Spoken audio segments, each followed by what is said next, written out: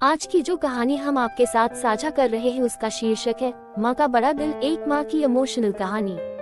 एक पति पत्नी के जोड़े को 2 बच्चे हुए, दोनों ही बेटे। माँ बाप ने इन दोनों ही बच्चों को खूब प्यार से पाला पोसा, पढ़ाया लिखाया, बड़ा किया और इस काबिल बनाया कि यह अच्छी नौकरी कर सके, समाज में अच्छा जीवन व्यतीत कर सके।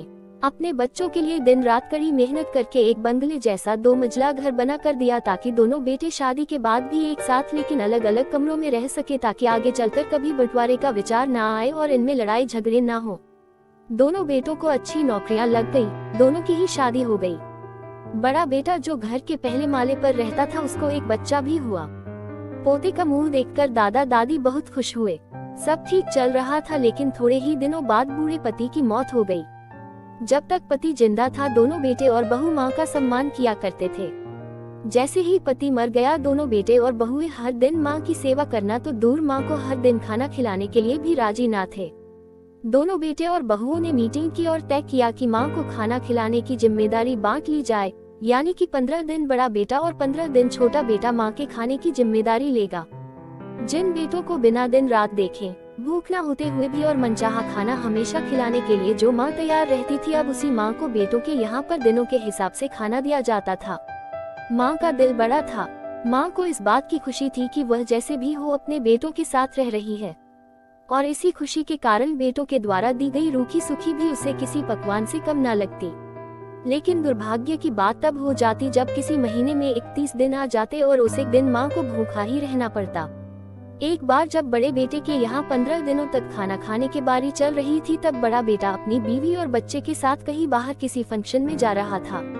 बड़े बहू ने माँ से कहा, माँ जी आज खाना नहीं बनाया है, हम बाहर जा रहे हैं वहीं खाएंगे, आप अपने लिए कुछ पका लेना और खा लेना। बूढ़ी माँ ने कहा, लेकिन बेटा मुझे तो गैस चलाना नहीं आता।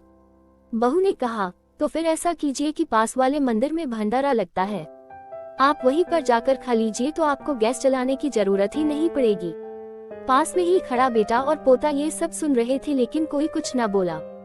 बूढ़ी माँ को भूखा ही छोड़ बेटा और बहू फंक्शन में निकल गए।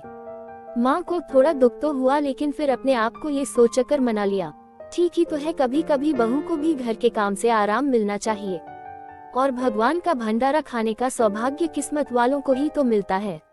माँ खुशी खुशी मंदिर में जाकर भंडारा खा आई। कुछ दिन ऐसे ही बीत गए। एक दिन बड़े बेटे को छुट्टी थी। बेटा, बहू और उनका बच्चा अपने घर में साथ में समय बिता रहे थे। माँ बाप छोटे बच्चे को पूछ रहे थे कि वह बड़ा होकर क्या बनना चाहता है और क्या करना चाहता है। छोटे बच्चे ने बड़े ही सरल भाव से माँ बाप को उत्तर देते हुए कहा, वह बड़े होकर वकील बनना चाहता है। उसकी इच्छा इस घर से भी बड़ा एक घर लेने की है, लेकिन वह घर मंदिर के पास होना चाहिए। माँ बाप ने पूछा, घर के पास मंदिर क्यों होना चाहिए? तब बच्चा माँ बाप से कहता है, घर के पास मंदिर इसलिए होना चाहिए ताकि जब मैं बड़ा होकर किसी फंक्शन में बाहर जाऊँ तो आप दोनों को ज्यादा तकलीफ ना हो, मंदिर नजदीक रहेगा तो आपको ज्यादा दूर जाकर भंडारा नहीं खाना पड़ेगा। मासूम बच्चे का ऐसा जवाब सुनकर दोनों ही के पैरों तले से जमीन खिसक गई। उन्हें अपनी गलतियों का एहसास अब जाकर हुआ था जो उनके 5 साल के बेटे ने पहले ही कर लिया था। दोस्तों, दुनिया के हर माँ बाप ये सोचकर अपने बच्चों को बड़ा करते हैं कि वह उनके बुढ़ापे की लाठी बनेंगे, ना कि वह लाठी बनकर उनके ही पीठ पर बरसेंगे। कर्म का चक्र निरंतर घूमता रहता है। दोस्तों, आज जो तुम दूसरों के साथ कर रहे हो आगे चलकर तुम्हारे साथ वही होगा, ये तय है। इसलिए हमेशा याद रखो कि दूसरों के साथ वैसा ही बर्ताव करो जैसा तुम चाहते हो कि बाकी लोग तुम्हारे साथ करें। मैं जानता हूँ दोस्तों, यह माँ की भावुक करने वाली इस कहानी पढ़कर आप भी भावुक हो गए हैं, लेकिन इस कहानी को लिखने का उद्देश्य आपको भावुक करना नहीं था, बल्कि लोगों तक ये संदेश पहुँचाना था कि हमारे भारतवर्ष में जिन माँ बाप को भगवान का रूप कहा गया है उनके साथ आजकल जैसा व्यवहार हो रहा है वह नहीं होना चाहिए। कहानी पूरी पढ़ने के लिए धन्यवाद। इस कहानी को आप लोगों तक पहुंचाइए, जितना हो सके शेयर कीजिए, और ऐसा करने से अगर कुछ लोग भी अपने बूढ़े माँ बाप के साथ अच्छा व्यवहार करने लगते हैं तो हम अपने आप को सौभाग्यशाली समझेंगे। दिली कहानी पढ़ने के लिए हमें सब्सक्राइब करें। Let's learn something new. Thanks for watching.